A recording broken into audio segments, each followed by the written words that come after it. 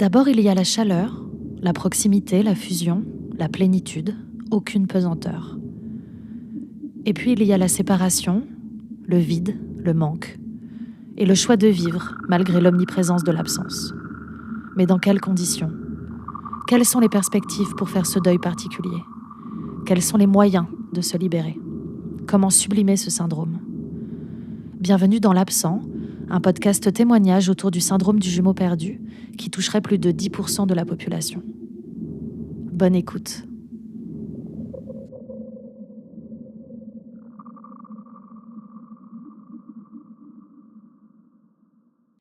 Bonjour David. Bonjour Florence. Merci beaucoup de m'accorder du temps aujourd'hui pour parler du syndrome du jumeau perdu. C'est une interview un peu particulière parce que tu n'es pas directement concernée par ce syndrome. Tout à fait. Ta jumelle est bien vivante, elle s'appelle Sylvie, mais je viens te voir pour deux raisons. La première, c'est évidemment pour nous parler de ce lien très particulier de gémellité, puisque tu le connais très bien en direct, et aussi pour te demander en tant que coach, masseur, constellateur et tarologue. Tu as rencontré énormément de personnes touchées par ce syndrome et donc je viens te voir vraiment pour avoir tout ton témoignage autour de ces rencontres. Ok, Voilà. très bien. Du coup, première question, qu'est-ce qui t'a amené déjà à t'intéresser à tous ces outils ? Le tarot, le massage, la constellation notamment. Donc là où tu as pu rencontrer énormément de personnes qui sont touchées par ce syndrome, qu'est-ce qui toi t'a amené à ces outils ? Alors le tarot, je dirais que c'est un petit peu, même si c'est un mot que je n'aime pas, le hasard. Donc le tarot, j'ai commencé très jeune, à la sortie de l'adolescence. Et il y a des cartes en fait dans le tarot qui parlent de gémelléité. Alors c'est vrai que voilà, étant jumeau moi-même, j'avais peut-être une facilité à vibrer avec ces cartes-là. Mais lorsque je faisais des consultations, en fait, voilà, des personnes que je connaissais et après progressivement que je ne connaissais pas, il y a on va dire des répétitions de lames ou de cartes qui m'amenaient sur le chemin du jumeau. Donc ça pouvait être soit des personnes qui étaient jumeaux, des triplés, ça m'est aussi arrivé, ou des parents de jumeaux, enfin en tout cas des personnes face à moi qui avaient un lien de près ou de loin avec la gémelléité, et aussi les personnes qui donc pensaient souffrir de ce fameux syndrome du jumeau perdu. Et pour les constellations ? Alors les constellations, c'est arrivé dans un deuxième temps, et je dirais que c'est le tarot aussi qui m'y a amené, parce que bien souvent il y avait des suspections de problématiques d'ordre, on va dire, familial, notamment au niveau des racines, et pareil avec des lames en fait qui pouvaient sortir dans des configurations particulières. Je pense à la lune par exemple, je pense au pendu, je pense à la papesse qui peut symboliser des secrets de famille, et c'est vrai que bien souvent des séances en fait, même si ce n'était pas la demande initiale, pouvait nous emmener, le client ou la cliente et moi-même, vers on va dire des pistes ou des interrogations au niveau familial. Et souvent, il m'est arrivé de conseiller un travail en constellation familiale ou transgénérationnelle suite à une séance de tarot. Ok. Est-ce que du coup, pour les personnes qui ne connaissent pas du tout les constellations familiales, Ouais. Tu pourrais nous faire un petit point sur comment ça fonctionne ? Alors comment ça fonctionne ? En fait, une constellation familiale, c'est partir d'une problématique de vie ou d'un scénario répétitif, de quelque chose dont on souhaiterait se débarrasser, ou quelque chose dont on souffre, qui pose problème. Et l'idée, c'est d'aller voir si c'est un mécanisme inconscient que l'on a mis en place en lien avec son histoire familiale, et donc quelque chose finalement dont on serait victime quelque part. Donc c'est aller identifier ce lien, faire le lien entre cette problématique et l'héritage familial, et voir ce qui a pu se passer, et ensuite en prendre conscience et puis réparer. Quand tu parles de réparation, ça peut se faire directement pendant la constellation ou par d'autres moyens ? Oui, ça peut se faire directement pendant la constellation, donc avec des phrases, qu'on va dire des phrases rituelles, ou des actes aussi, certaines personnes parlent de psychomagie, mais des actes ou des paroles ritualisées. Oui. Ok. Et lorsque tu as rencontré donc des participants à ces constellations qui étaient touchés par le syndrome, est-ce que tu as repéré des symptômes communs au niveau physique, émotionnel, enfin, qu'est-ce que tu pourrais dire de l'extérieur Qu'est-ce que tu as pu observer en commun chez ces personnes? Ok. Donc, ce qui m'a très souvent interpellé, c'est que je suis souvent aussi, je suis pas que animateur de constellation familiale, je participe en fait en tant que représentant. Et à chaque fois que le constellant ou la constellante, que ce soit identifié ou pas, il y a une histoire de jumeaux dans la famille, c'est vrai que moi je suis systématiquement choisi. Donc, et souvent, ça permet en fait le fait que moi je sois chargé ou que j'accepte de représenter un membre de la famille, mais bien souvent lorsque la constellation se déroule, j'apprends, je ne suis pas surpris d'apprendre que je représente une personne, soit un oncle jumeau, soit une personne justement qui a cette sensation d'avoir vécu une relation gémellaire intra-utérine. Enfin, ça m'arrive vraiment très très très souvent. Ok. En plus, les personnes qui te choisissent ne sont pas du tout conscientes Non. du fait de la présence d'une jumelle dans ta vie, donc c'est très inconscient. C'est vraiment énergétique. Elles te choisissent sans savoir en plus que tu es porteur déjà de cette énergie.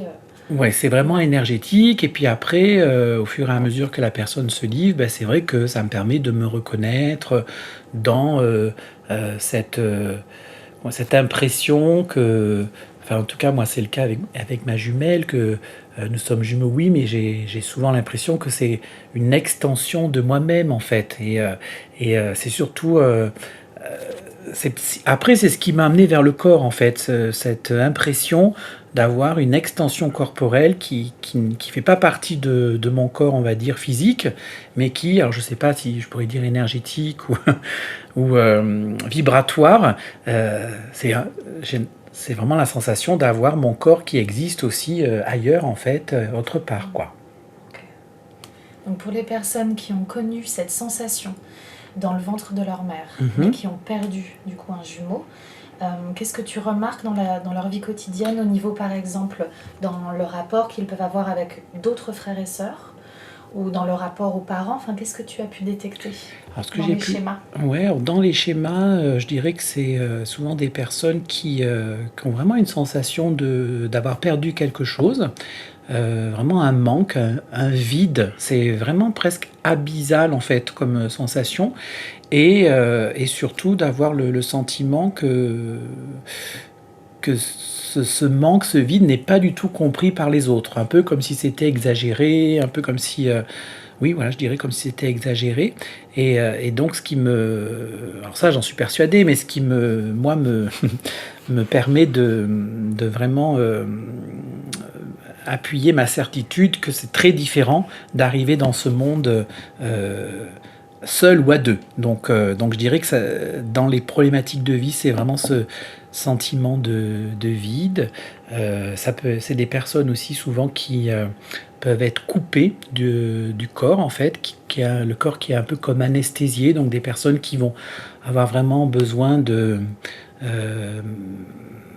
vivre la vie de manière extrême. Ça va être des personnes qui vont se mettre en danger en pratiquant des sports extrêmes, des personnes qui peuvent être insensibles aussi à la douleur, ou en tout cas très résistants par rapport à la douleur. Et puis ensuite, ça se traduit aussi beaucoup dans la vie amoureuse, des personnes qui vont avoir des problématiques, on va dire, amoureuses fusionnelles, avec tout ce que ça peut donc amener comme désagrément lorsque finalement la fusion rime avec la dépendance. C'est ça. Tu fais vraiment le lien en fait. Oui. C'est-à-dire, très vite, une fusion qui pourrait être très saine dans un autre cadre quand on n'a pas ce syndrome peut très vite se transformer en dépendance quand on a ce syndrome. Quand on a ce syndrome, voilà. Parce qu'il y a pour moi une propension aux jumeaux à un moment donné de s'oublier et de faire passer l'autre avant soi. Cette extension de soi, de la faire passer avant soi-même. Et cette dépendance, tu as l'impression qu'à travers les constellations, enfin, il y a un avant et un après. C'est-à-dire, est-ce que tu as eu des témoignages de participants aux constellations qui étaient concernés par, tu vois, ce type de relation amoureuse et qui, avec la prise de conscience, les rituels psychomagiques, ont vraiment eu une libération et quelque chose de très différent, tu vois, au niveau de leur rapport à l'autre, au niveau amoureux? Alors oui, parce qu'en fait, un des rituels un peu pas basique, mais classique de la réparation, c'est d'avoir la possibilité de dire au revoir à ce jumeau ou à cette jumelle. Et donc, on va vraiment la mettre en scène. Donc, on va, pendant le temps de la constellation, permettre à la personne qui constelle de refusionner avec ce jumeau, avec cette jumelle, et puis de se dire au revoir. Et donc, ça permet pour le jumeau et la jumelle restante d'exprimer ce qu'il a envie, ce qu'il n'a pas pu ou qu'elle n'a pas pu exprimer à ce jumeau.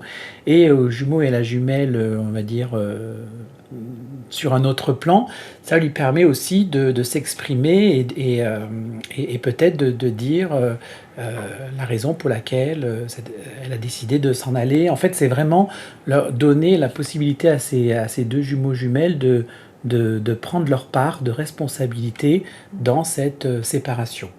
Et donc parmi les personnes que j'ai pu voir en constellation qui sont venues faire un travail donc sur ce sujet, parfois c'était un sujet qui était vraiment, on va dire, acté,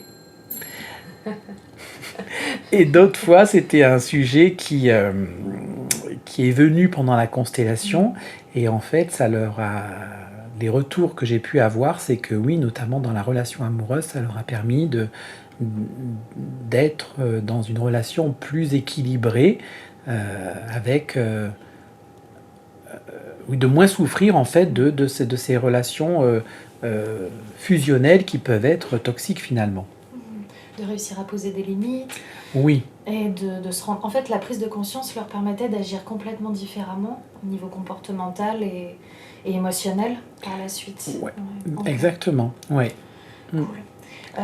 On s'aperçoit aussi dans beaucoup d'autres civilisations l'importance du rituel, enfin, c'est vraiment essentiel. Ça fait partie, vraiment, ça fait partie intégrante du fonctionnement, en fait, de plusieurs... dans les communautés autochtones, etc. Nous, on s'est complètement coupé, en fait, dans notre rapport à la mort et au deuil, on s'est complètement coupé de ça. Est-ce que tu as l'impression qu'à travers les constellations, on renoue avec quelque chose qui est un fonctionnement finalement humain très naturel et que ça peut vraiment être... c'est un impact intime, mais aussi du coup collectif et politique, parce que tout le monde peut se libérer, tu vois, de ce besoin-là. Oui. Tu l'as ressenti, ça? Complètement. Et puis c'est vrai que là, bon, il y a mille et une façons de pratiquer les constellations familiales. C'est un outil qui est extrêmement créatif.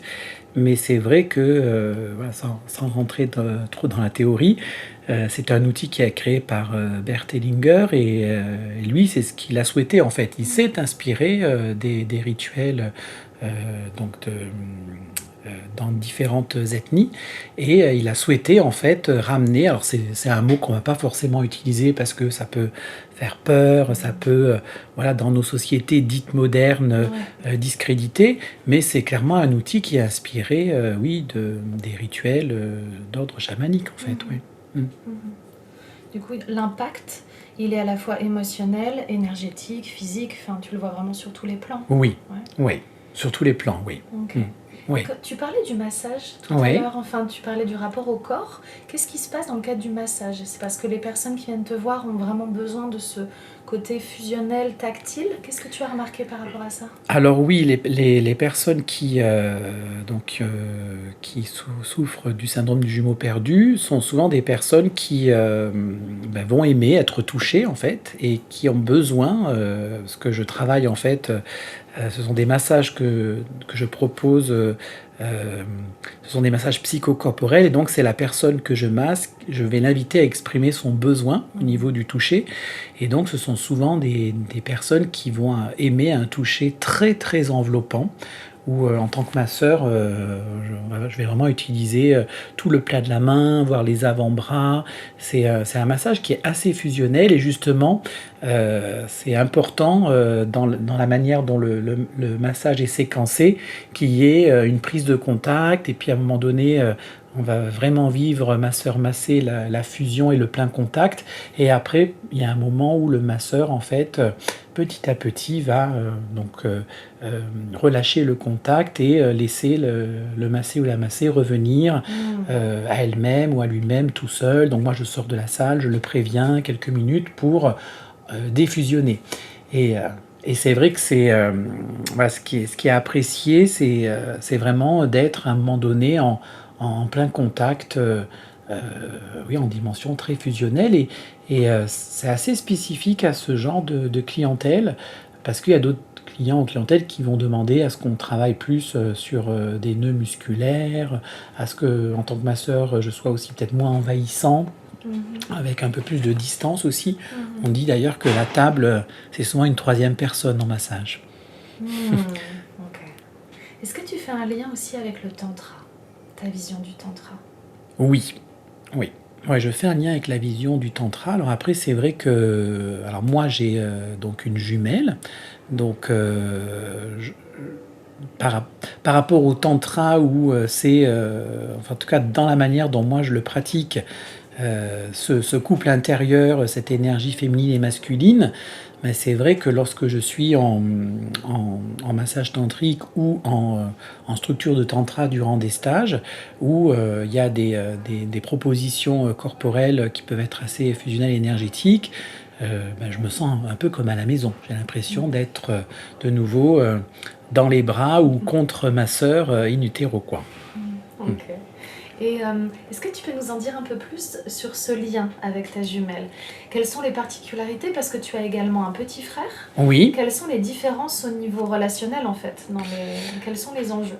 Alors, ce qui est assez fou, c'est qu'en fait, même aujourd'hui, on n'a pas du tout la même vie, on vit pas du tout dans la même ville, et lorsqu'on on se retrouve, ça fait beaucoup rire les autres membres de notre famille. On est systématiquement habillés de la même couleur, en fait. Donc, on s'habille toujours de la même couleur. Le haut et le bas, si j'ai un pantalon beige, elle a un pantalon beige. On est toujours coordonnés, donc vraiment sans se le dire. Et, et ensuite, par exemple, ma jumelle a 3 enfants et les fois où elle m'a annoncé qu'elle était enceinte, je le savais en fait. Tellement que la première, je crois qu'elle l'avait dit à ma mère en premier, puis ensuite dans l'ordre de l'annonce, c'était moi. Et dès qu'elle m'a appelé, je lui ai dit alors t'es contente? Et elle a cru que ma mère avait vendu la mèche. Et c'est quelque chose que j'ai ressenti. Donc on parle aussi souvent, lorsqu'on est en repas de famille, bien souvent, ça aussi, ça fait rire les autres membres de notre famille. On va répondre en même temps, exactement les mêmes mots, sur la même intonation, et souvent dire les jumeaux ont parlé, quoi. Il y a vraiment cette dimension-là. Et après, après ça, je me souviens pas, évidemment, c'est ce que nous a raconté notre mère, mais elle nous disait que elle se demandait si petit, on n'avait pas un petit retard, limite même mental, parce qu'on a parlé très tard. Donc par rapport à d'autres enfants, on a vraiment le langage est arrivé un peu après 2 ans.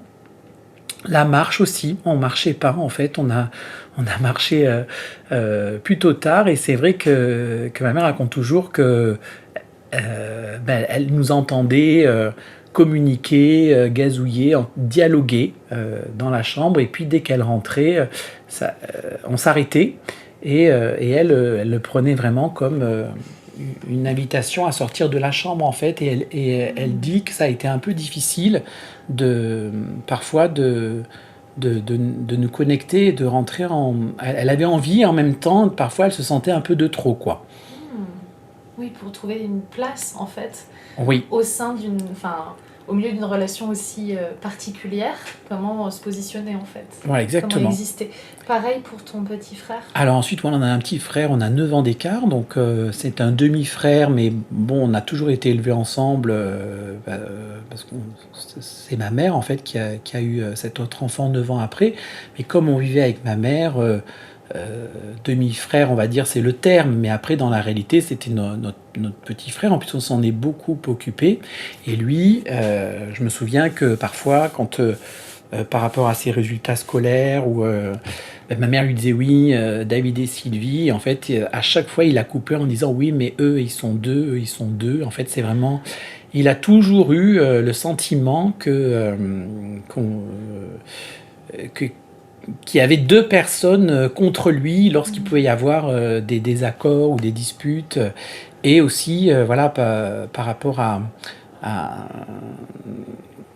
il a toujours eu l'impression que la vie, entre guillemets, avait été plus facile pour nous parce qu'il y avait cette possibilité de s'appuyer l'un sur l'autre, en fait. Est-ce que tu valides ça en étant directement concerné? Qu'est-ce que Oui, tu penses de ça? ben, je valide complètement ça parce que c'est vrai que nos parents ont divorcé quand on avait 5-6 ans. Et je me souviens, alors très bien, en fait, quand la décision a été prise. Et en fait, parce qu'on avait eu une éducation plutôt moderne à l'époque où on aurait eu la possibilité de choisir entre vivre avec notre père ou vivre avec notre mère.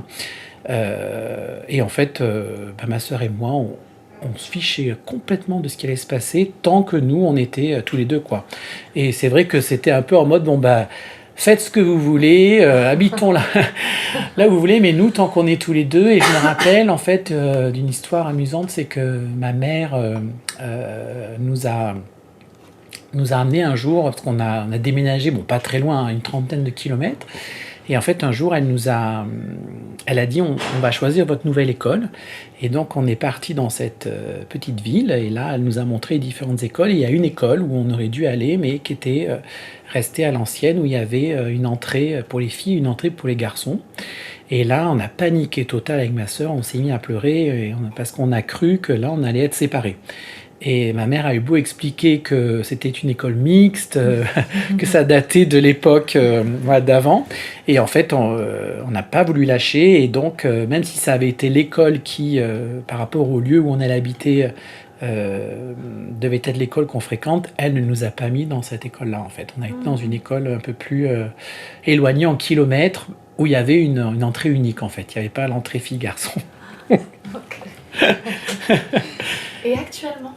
Et actuellement, bah oui, c'est vrai qu'on est très proches. Ma sœur et moi, on a vraiment besoin de se parler. Alors peut-être pas tous les jours. À une époque, si, ça a pu être tous les jours, plusieurs fois par jour. Donc c'est vrai que bon, un petit texto, un petit WhatsApp, oui, ça peut être quand même vraiment journalier. Et puis, lorsqu'on se parle au téléphone, ça veut dire qu'on va être vraiment en conversation pendant minimum 45 minutes. Donc ça peut durer bien 1 heure et demie. Et en fait, nous sommes en couple tous les deux. Mais je sais que parfois, même si ça n'a pas été dit directement, mon beau-frère peut se sentir un peu jaloux de cette relation. Bien sûr. Okay. Ouais. Est-ce que tu as remarqué aussi sur la thématique de la maternité ou de la paternité, enfin du fait d'avoir des enfants, pour les personnes qui sont touchées par le syndrome du jumeau perdu, est-ce que tu as remarqué des choses dans le fait de faire des enfants ou non? Alors,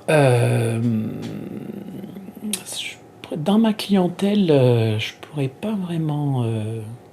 là, j'ai pas d'exemple comme ça. Après, je sais que ma sœur aurait beaucoup aimé avoir des jumeaux. Donc elle a eu 3 enfants. Les 2 aînés sont assez rapprochés. Et pour moi, elle les a vraiment élevés comme des jumeaux, en fait. Ouais. Oui.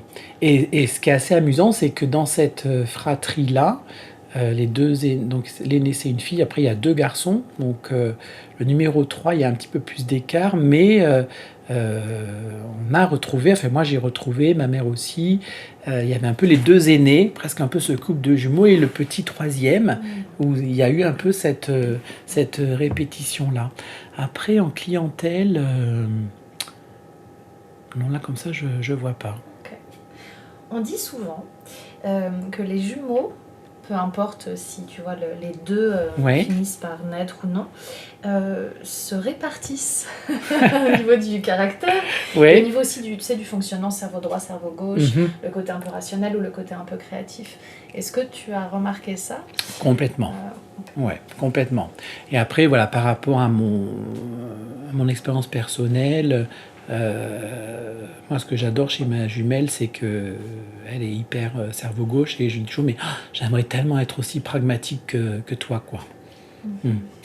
Alors, qu'est-ce qu'on peut dire aux personnes qui sont aux jumeaux nés seuls? Oui, En général, ils ont donc récupéré une partie, tu vois, le côté soit créatif, soit rationnel. Mhm. Comment trouver, tu vois, comment développer ça, sachant que l'autre est parti comme avec, tu vois, comme Oui. avec cette dimension. Oui.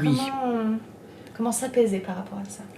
Ben, je dirais que ça, pour moi, ça commencerait déjà par le fait de le reconnaître, et puis après le travail de deuil, qui est un travail voilà, qui peut prendre plusieurs mois, voire plusieurs années. Et puis ensuite, comme c'est pour moi le fait d'avoir un jumeau ou une jumelle, une extension de soi, peut-être après leur proposer de travailler avec leurs différentes personnalités en fait.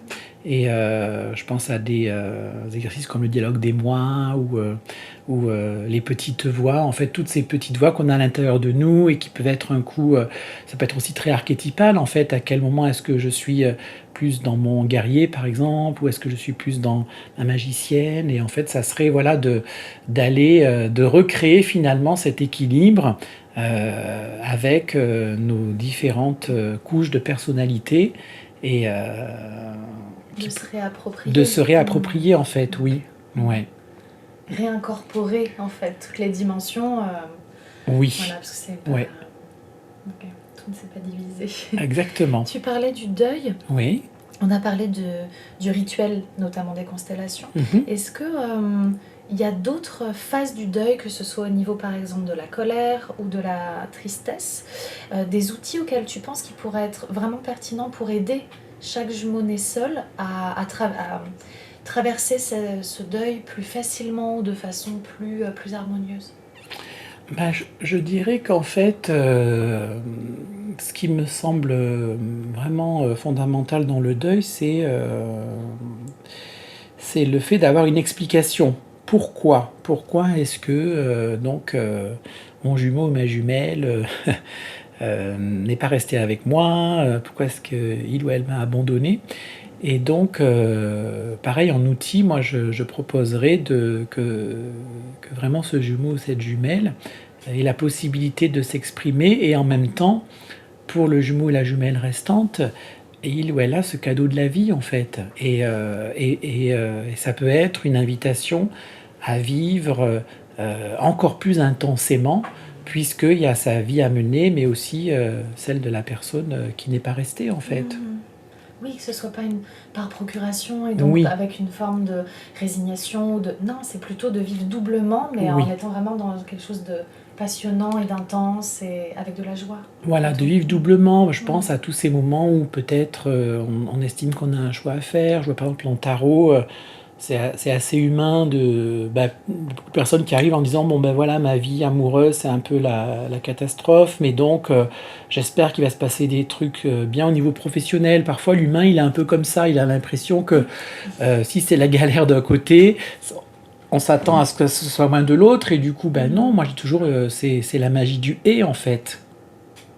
On est d'accord. Le et. Le et, ouais. Ouais, on est d'accord. Mm. Tu as parlé du côté tactile, mais Oui. il y a aussi des personnes qui ont ce syndrome et qui vont plutôt, tu as parlé d'anesthésie également, qui vont plutôt être dans le rejet, tu vois, presque un dégoût de l'autre, Il y a les deux extrêmes, Il y a les deux extrêmes. Soit l'ultra dépendance et j'ai absolument besoin d'être touchée, soit je supporte pas d'être touchée. Enfin, suivant en fait le stade de départ du jumeau perdu. Si c'était très tôt pendant la grossesse ou un peu plus tard. Par rapport aux personnes qui sont anesthésiées, qui sont vraiment dans le rejet, dans le côté non tactile, est-ce qu'il y a... Donc le massage ne va pas être pertinent. Est-ce qu'il y a des choses qui peuvent être intéressantes pour apaiser, cet aspect-là? Alors moi, je dirais que ça passerait par tout ce qui va être les thérapies d'ancrage, et notamment les danses d'ancrage, par exemple, qu'il y a vraiment une importance de se réapproprier son corps. Et que si ça passe pas par le toucher, l'idée c'est de remettre de la sensation corporelle et donc du mouvement. Et donc moi je proposerais plutôt des danses d'ancrage, du qigong, quelque chose de corporel. Pour pouvoir vraiment retrouver, en fait ne pas associer du coup le côté tactile à quelque chose de répugnant, au contraire, que le mouvement soit beaucoup plus sain. Le mouvement soit plus sain, et puis je pense qu'il peut y avoir ce sentiment d'avoir été amputé, et donc par rapport à l'amputation d'avoir des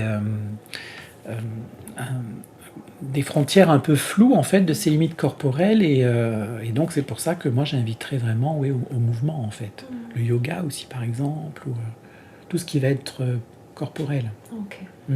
Est-ce que tu penses que c'est important quand on a nommé le syndrome pour soi, par exemple, le syndrome du jumeau perdu, quand ça résonne pour nous vraiment et que c'est une évidence, est-ce que tu penses que c'est bien d'en parler au niveau familial? Oui. D'en parler avec les parents qui n'étaient pas forcément au courant parce qu'il n'y avait pas encore le côté échographie à ce moment-là. Tu vois, est-ce que ce dialogue-là est important dans le process? Moi, je trouve qu'il est important, oui.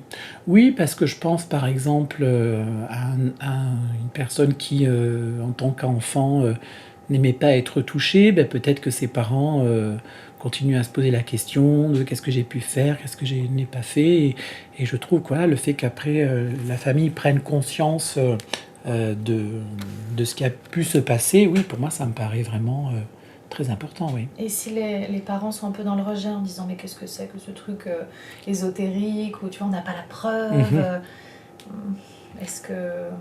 Alors c'est vrai qu'on n'a pas la preuve, mais après pareil par rapport à l'expérience des personnes que j'ai vues passer en constellation ou en cabinet, il y a quand même...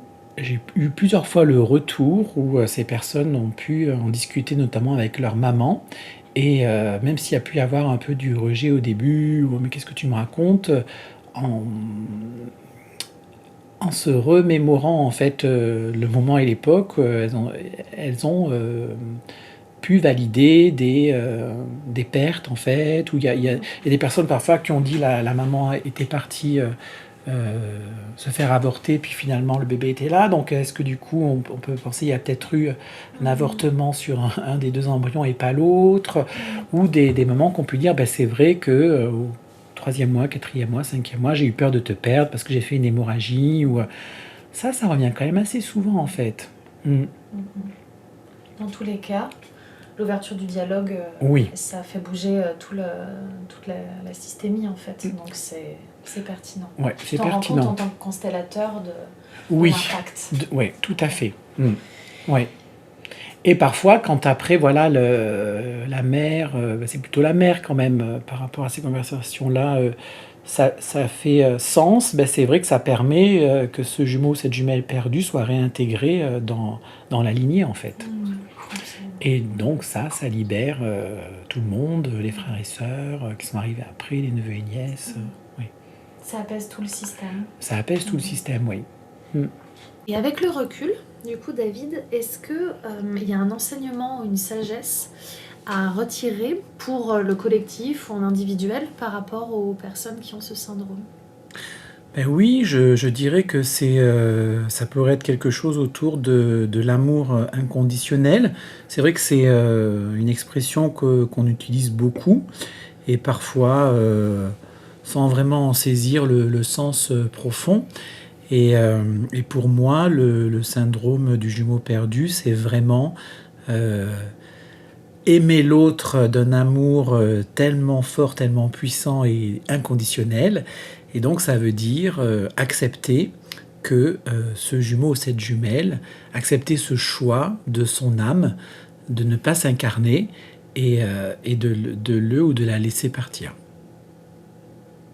Est-ce qu'on pourrait faire des liens justement avec d'autres types de relations Là, c'est vraiment le parcours du jumeau né seul. Mhm.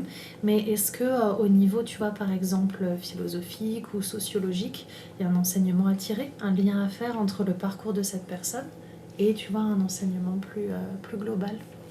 Ben, l'enseignement plus global, ça pourrait être de, un travail autour de l'amour de soi, parce que finalement, arriver seul ou accompagné, je dirais que ça permet au niveau de l'enseignement, ouais, c'est peut-être plus juste comme ça, de remettre le repère à l'intérieur. Et est-ce que tu fais un lien aussi avec le fait de laisser l'autre libre?